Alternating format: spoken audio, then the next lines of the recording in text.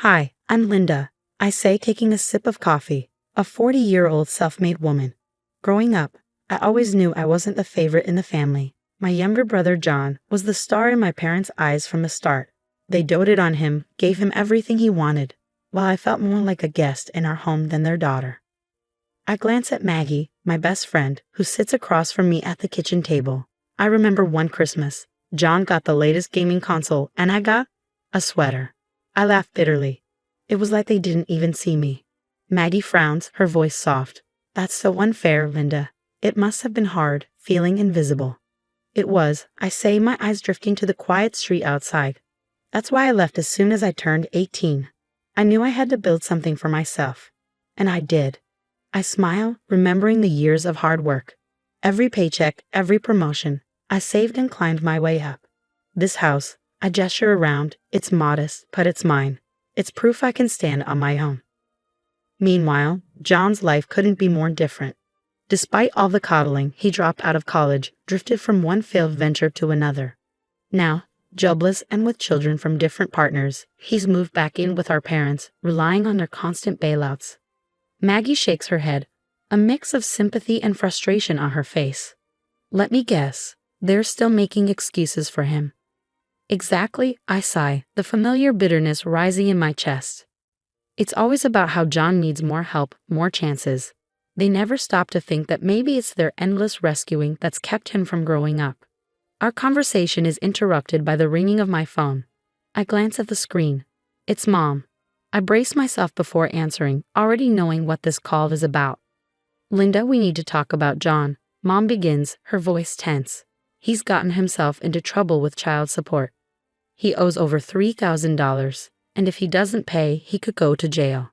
And you're calling me because I ask, though I already know the answer. We need your help, Linda, she pleads. We've done everything we can, but we're out of options. I feel that old pang of resentment. So you want money. It's not just money, Mom counters, desperation creeping into her voice. It's your brother's freedom. I take a deep breath, the weight of years of being second best pressing down on me. Mom, I've worked hard for everything I have. John has never had to struggle because you've always cleaned up his messes. There's a heavy pause, thick with unspoken accusations and disappointments. Are you really going to let your brother go to jail? Mom asks, her voice a mix of guilt-tripping and hope. I'm sorry, Mom, but I can't. I won't. My decision is clear, my voice firm. John needs to face the consequences of his actions. I have my own life, my own responsibilities. The call ends with a strained goodbye, leaving me with a swirl of emotions, anger, relief, and most of all, a sense of peace for finally standing my ground. Maggie reaches over, squeezing my hand in silent support. You did the right thing, Linda, she says. It's time they realize you're not their emergency fund. I nod, grateful for her understanding. It's just hard, you know. I know, she replies, her smile warm and reassuring. But you're doing what's best for you, and that's what matters. Not long after the phone call, there's a knock at my door. When I open it, I'm met with the tense faces of my parents. I let them in, knowing this isn't going to be a casual visit. Linda, we wouldn't ask if it weren't serious. Dad begins, his tone grave. John could go to jail. I cross my arms and lean against the wall. And how is that my problem, Dad? Why is it always me who has to fix things? You're his sister, Mom cuts in sharply. Family helps family. I let out a bitter laugh. Family helps family? That's rich coming from you. Where was that help when I needed support? Mom's eyes narrow. We did everything we could for you. Really? I challenge, my voice rising. Because all I remember is being sidelined the moment John was born. The air thickens with old grievances as Dad tries to mediate. Let's not rehash the past. We're talking about now. John needs help. And what about what I need? I counter, my frustration growing. I've been saving that money to pay off my house for my future, something I've built on my own. Dad's voice softens. We know you've worked hard, Linda. We're proud of you, but your brother. Stop. I interrupt, anger surging. It's always about John. What about me? Don't I deserve to feel secure in my own life? You're being selfish, Mom accuses, and the sting of her words cuts deeper than I expected. After all we've done for you. All you've done? I snap. You mean ignoring me unless it was convenient? You've never once considered what I might need. The conversation escalates quickly, voices rising, emotions raw. You want me to bail him out? Just hand over the money I've worked years for. No, I won't do it. We're still your family, Linda, Dad says, disappointment etched in his face. How can you turn your back on us? I stare at them, my heart pounding. How many times did you turn your back on me when I needed you? Where were you? Mom's eyes fill with tears. We came here hoping you'd understand the gravity of the situation. John is your brother. And I am your daughter, I reply sharply. But that never seemed to matter much unless it was convenient for you, I added, my voice heavy with the weight of unspoken truths. A painful silence followed, thick with the tension of everything that had gone unsaid for years. Finally, Dad broke the quiet, his voice low and measured. So you won't help? I can't. I won't, I reply, standing firm. I have my own life to think about. It's time John learns to deal with his own problems. Mom's eyes flash with a mix of disbelief and anger. You'll regret this, Linda. You're choosing money over your own family. It's not about the money. It's about respect. Something I've never really gotten from you. This is where I draw the line. After my parents left, the house felt eerily silent, like the calm after a storm. But I knew this quiet wouldn't last. The real tempest, the gossip, the family opinions, was still brewing.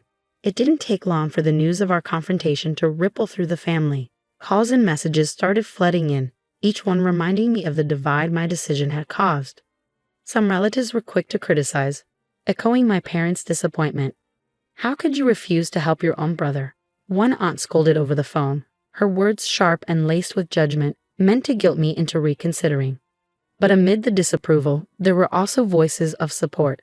Maggie, ever steadfast, rallied our circle of friends. You did what was right for you, Linda. Don't let anyone make you doubt that, she reassured me during one of our late-night chats. Then there was my cousin Lucas, a distant relative who had always seemed to understand the family dynamics better than most. One evening, I received a text from him. I heard what happened.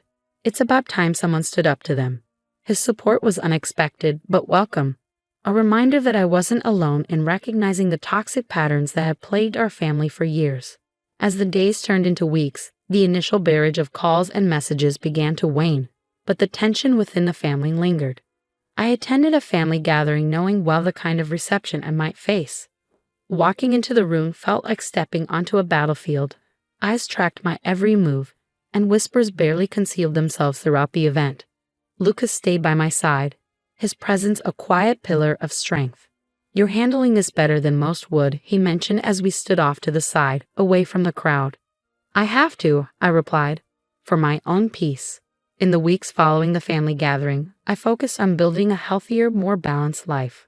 I knew that maintaining the boundaries I had set with my family would be crucial, not just for my peace of mind, but for my own growth.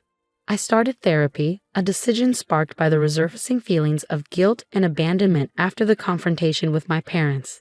Sitting in a therapist's office, I opened up about my childhood, the favoritism, the neglect, and how it had shaped my relationships. It sounds like you've always been the responsible one, the one who had to take care of herself, my therapist noted, her voice gentle but probing. That's exactly it, I said, the realization dawning on me. And when I finally said no, it felt like I was breaking some unspoken family rule. We often internalize these roles, she explained, but breaking free from them can lead to significant personal growth. Her words were empowering, helping me understand that my worth wasn't tied to how much I sacrificed for others, especially when those sacrifices were never reciprocated. Meanwhile, John's situation worsened. Without my financial help, my parents, desperate to protect him from the consequences of their lifelong enabling, scrambled for alternatives. They tried setting up fundraisers, reached out to distant relatives, and even considered taking out loans.